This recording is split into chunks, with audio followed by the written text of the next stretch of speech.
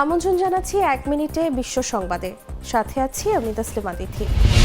আরমানকে আয়নাঘর থেকে ছাড়াতে টিউলিপের সাহায্য চেয়েছিল পরিবার, দ্য টেলিগ্রাফের প্রতিবেদন। বাংলাদেশে সংখ্যালঘুদের উপর হামলার গুজব ছড়াচ্ছে কট্টর ডানপন্থীরা, বিবিসির প্রতিবেদন। বাংলাদেশের মতো সরকার পতনের আন্দোলন হতে পারে কম্বোডিয়ায়, প্রধানমন্ত্রীর শঙ্কা।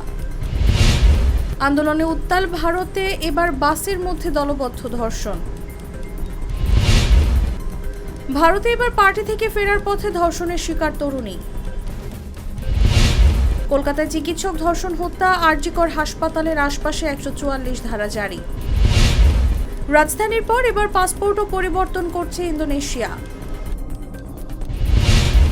ইসরায়েলের সামরিক ঘাঁটিতে কয়েক দফা রকেট হামলা চালিয়েছে হিজবুল্লাহ। ভূমিকম্পে কেঁপে উঠল রাশিয়া। এখানেই শেষ করছি 1 মিনিটের বিশ্ব সংবাদ।